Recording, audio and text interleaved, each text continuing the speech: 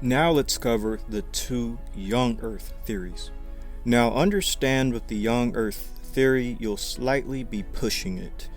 Events in human history would have to happen much faster than usual. Human development would have to be extremely rapid, and you'll basically have to condense a lot of human populations, a lot of major events that occurred, and you have to just keep all of that in mind when it comes to these two young Earth theories. But with all of that being said, if you were to go with a young Earth, my first theory for a young Earth is that creation would occur before 12,900 years ago, because I'll place the aftermath of the flood in the young Darius period, which was 12,900 years ago. Now, why would I say this? Because the young Darius was an ice age that occurred. After the flood, a major ice age would occur from the water coming back down to the earth from the fountains of the deep that broke open. The young Darius is the best example of this event. The young Darius was an abrupt period of renewed cooling between 12,900 and 11,700 years ago, and had long been associated with the regrowth of glaciers in much of upland Britain. The young Darius period was characteristic by an abrupt return to severe cold conditions following ice sheets retreat, when glaciers regrew, forming most significantly a large ice field running the length of the Western Highlands in Scotland. According to Britannica.com, titled Younger Darius, cool period between roughly 12,900 and 11,600 years ago, that disrupted the prevailing warming trend occurring in the northern hemisphere at the end of the Pleistocene epoch. The younger Darius was characterized by cooler average temperatures that returned parts of Europe and North America to Ice Age conditions. And according to Nature Geoscience, titled Rapid Oceanic and Atmospheric Changes During the Younger Darius Cold Period, and it reads, the Younger Darius event, which began approximately 12,900 years ago, was a period of rapid cooling in the northern hemisphere, driven by large-scale reorganizations of patterns of atmospheric and oceanic circulation. And according to Science.com, Paleoclimate, the Younger Darius climate event, and it reads, the Younger Darius is the last major abrupt climate change event of the last deglaciation occurring 12,900 through 11,700 years ago. Large portions of the northern hemisphere cooled and much of the southern hemisphere warmed during the event in a bipolar seesaw pattern. And lastly, according to Paleoclimatology, titled The Intriguing Problem of the Younger Darius, What Does It Mean and What Caused It? It reads, the Younger Darius was a period of rapid cooling in the late Pleistocene, 12,800 to 11,500 calendar years ago. It followed closely on the heels of a dramatically abrupt warming that brought the Ice Age to a close, lasted for about 1,300 years, then ended as abruptly as it started.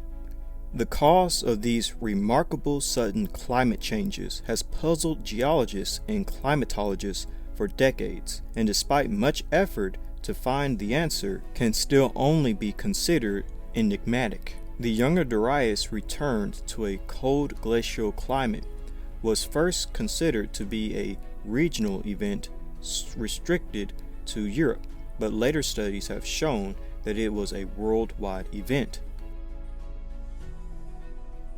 The Younger Darius is within the period of the Mesolithic.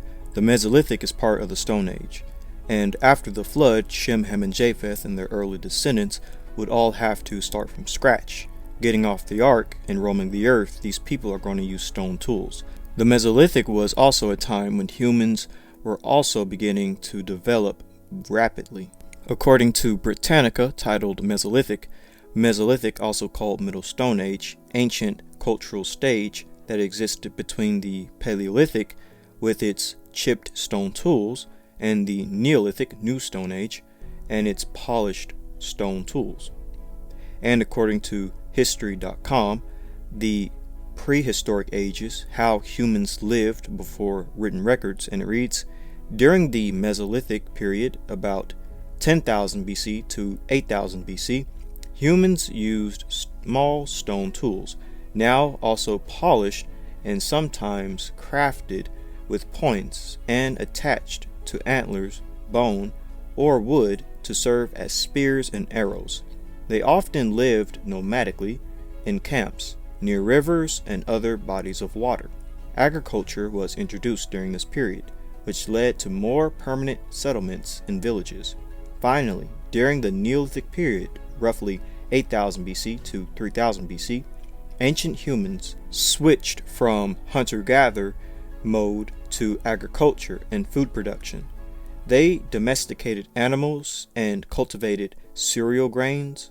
They used polished hand axes, adze for plowing and tilling the land, and started to settle in the plains. Advancements were made not only in tools, but also in farming, home construction, and art, including pottery, sewing, and weaving. And lastly, according to Thought.com, titled Mesolithic Period, Hunter-Gatherer Fishers in Europe, and it reads, the Mesolithic period, basically meaning Middle Stone, is traditionally a time period in the Old World between the last glaciation at the end of the Paleolithic 12,000 years ago, or 10,000 BC, the beginning of the Neolithic 5000 BCE, when the farming communities began to be established. During the Mesolithic, humans learned to hunt in groups and to fish and began to learn how to domesticate animals and plants. Climate changes during the Mesolithic included the retreat of the Pleistocene glaciers, a steep rise in sea levels, and the extinction of megafauna, large-bodied animals. These changes were accompanied by a growth in forests and a major redistribution of animals and plants. After the climate stabilized, people moved northward into precisely glacialized areas and adopted new subsistence methods. Hunter targeted medium-bodied animals like red and roe deer, aurochs, elk, sheep, goat, and ibex. Marine mammals, fish, and shellfish were heavily used in coastal areas, and huge shell middens are associated with Mesolithic sites along the coast throughout Europe and the Mediterranean.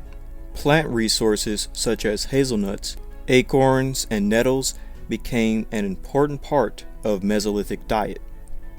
During the Mesolithic period, humans began the first steps in land management. Swamps and wetlands were purposely burned, chipped, and ground stone axes were used to cut down trees for fires and for reconstructing living quarters and fishing vessels. Stone tools were made from microliths, tiny chips of stone made from blades or bladelets and set into toothed slots in bone or antler shifts.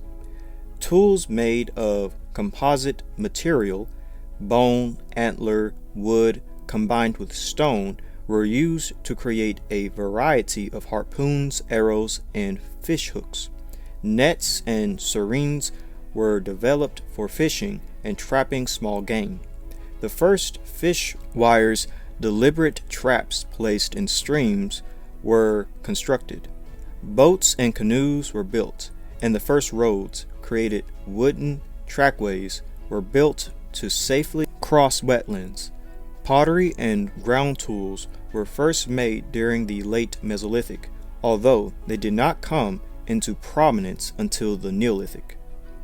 Mesolithic hunter-gatherers moved seasonally following animal migrations and plant changes. In many areas, large permanent or semi-permanent communities were located on the coast, with smaller contemporary hunting camps located further inland. Mesolithic houses had sunken floors which varied in outline from round to rectangular and were built of wooden posts around a central hearth. Interactions between Mesolithic groups included the widespread exchange of raw materials and finished tools. Genetic data suggests that there was also large-scale population movement and intermarriage across Eurasia. Recent archaeological studies have convinced archaeologists that Mesolithic hunter-gatherers were instrumental in beginning the long, slow process of domesticating plants and animals. The traditional switch to Neolithic way of life was fueled in part by an intensifying emphasis on those resources rather than the fact of domestication. The first Mesolithic tombs, collective burial places constructed of large stone blocks, were constructed at the end of the Mesolithic period. The oldest of these are the Upper Alentejo region of Portugal, and along the Brittany coast. They were constructed between 4700 through 4500 BCE. In general, hunter-gatherer fishers such as the Mesolithic people of Europe exhibited significantly lower levels of violence than do herders and horticulturalists. But by the end of the Mesolithic 5000 BCE, a very high percentage of skeletons recovered from Mesolithic burials show some evidence of violence. 44% in Denmark, 20% in Sweden and France. Archaeologists suggest that the violence arose towards the end of the Mesolithic because of social pressures resulting from competitions for resources, as Neolithic farmers vied with hunter-gatherers over rights to land. With that being said, here's a timeline of major events from the Younger Dryas to the modern era. So creation would have been before 12,900 years ago. At some point after creation, 12,900 years ago, Adam and Eve would have eaten from the forbidden fruit. The global flood would have happened sometime before the Younger Dryas, which was 12,900 years ago. From the Younger Dryas, you have the Mesolithic to the Neolithic to the Chalcolithic to the Bronze Age and then the Iron Age, and Antiquity to the Middle Ages, and finally the modern era. The main takeaway is this: true human history starts after the flood 12,900 years ago, from Noah to us today, the Younger Dryas, the Ice Age. Now, with all of that being said, as I stated before, with a younger Earth, you'll slightly be pushing it. You know, human events will have to happen extremely fast. Human history, as well as other major events in the world, and everything will have to be much more rapid. So keep that in mind if you go with a young Earth. So my second theory for a young Earth is that creation would have occurred before 11,700 years ago, because I'll place the aftermath of the flood in the Heliocene, which was 11,700 years ago. Now, why do I say this? Because the Heliocene is around the time of the Neolithic, when humans truly began to develop. The Neolithic was around the time of agricultural revolution. The domestication of animals, pastoralism, and farming was key in this period, which one could argue if they believe that the Earth is young. After the flood, 11,700 years ago, during the Heliocene and the Neolithic, mankind had somewhat of a rapid development. The Holocene is the current geological epoch. It began approximately 11,650 years ago, after the last glacial period, which concluded with the Heliocene glacial retreat. The Heliocene corresponds with the rapid proliferation, growth, and impacts of human species worldwide, including all of its written history, technological revolutions, developed of major civilizations, and overall significant transitions towards urban living in the present. According to Berkeley University, titled The Holocene Epoch, it reads, "The Holocene is the name given to the last 11,700 years of Earth's history, the time since the beginning of the last major glacial epoch, or Ice Age." And according to ncdc.gov, titled Mid-Holocene Warm Period, and it reads, "We are in a current Holocene interglacial which began about 11,500 years ago." And according to Britannica.com, titled Holocene Epoch, and it reads, "Holocene, or recent epoch, younger of the two formally recognized epochs that constitute the Quaternary period at the latest interval of geologic time, covering approximately the last 11,700 years of Earth's history. The sediments of the Holocene, both continental and marine, cover the largest area of the globe of any epoch in the geologic record. But the Holocene is unique because it is coincident with the late and post-Stone Age history of humankind. The influence of humans is of world extent, and is profound that it seems appropriate to have a special geologic name for this time. And according to LiveScience.com, Holocene Epoch, the Age of Man, and it reads, "The Holocene Epoch is a current period of geologic time. The Holocene Epoch began 12,000 to 11,500 years ago at the close of the Paleolithic Ice Age and continues through today. As Earth entered a warming trend, the glaciers of the late Paleolithic retreated. Tundra gave way to forests as the climate changed. The very large mammals that had adapted to extreme cold, like mammoth and woolly rhinoceros, became extinct. Humans, once dependent on these megamammals for much of their food, switched to smaller game and increased their gathering of plants materials to supplement their diet. Evidence indicates that about 10,800 years ago, the climate underwent a sharp cold turn lasting for several years.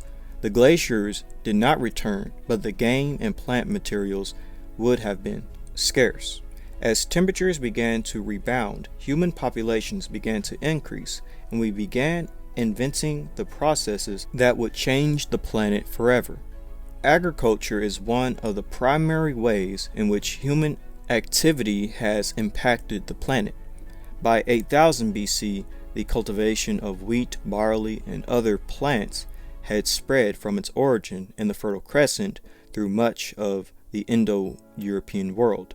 Domestication of sheep and goats and cattle began at about the same time. In Central and South America, the most commonly domesticated plants were maize, bottle gourds, squash, and beans. Farming seems to have gotten a later start in Asia. Current evidence suggests that it may have been introduced to China by trade with Indo-European tribes, although it appears to have been common by the time of the first start of the Shang dynasty in about 1675 BC. Now let's get into the Neolithic. The Neolithic period is the final division of the Stone Age, with a wide range of set of developments that appeared to have arisen independently in several parts of the world. It is first seen about 12,000 years ago, when the first development of farming appeared in the Epipaleolithic Near East, and later in other parts of the world. The Neolithic lasted in that part of the world until the transitional period of the Chalcolithic from about 6,500 years, 4,500 BC, marked by the development of metallurgy leading up to the Bronze Age and Iron Age. Following the ASPRO chronology, the Neolithic started in around 10,200 BC in the Levant, arising from the Natufian culture. And the Natufians, by the way, are a very important Near Eastern population because they may represent the descendants of Shem.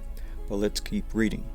When pioneering use of wild cereals evolved into early farming, the Natufian period or Proto-Neolithic lasted from 12,500 to 9,500 BC and is taken to overlap with the pre-Pottery Neolithic PPNA or 10,200 through 8,800 BC, as the Natufians had become dependent on wild cereal in their diet and a sedentary way of life had begun among them. The climactic changes associated with the Younger Darius about 10,000 BC are thought to have forced people to develop farming. By 10,200 through 8,800 BC, farming communities had arisen in the Levant and spread to West Asia, North Africa, and North Mesopotamia. Mesopotamia is the site of the earliest development of the Neolithic Revolution from around 10,000 BC. Early Neolithic farming was limited to a narrow range of plants, both wild and domesticated, which include einkorn wheat, millet, and spelt.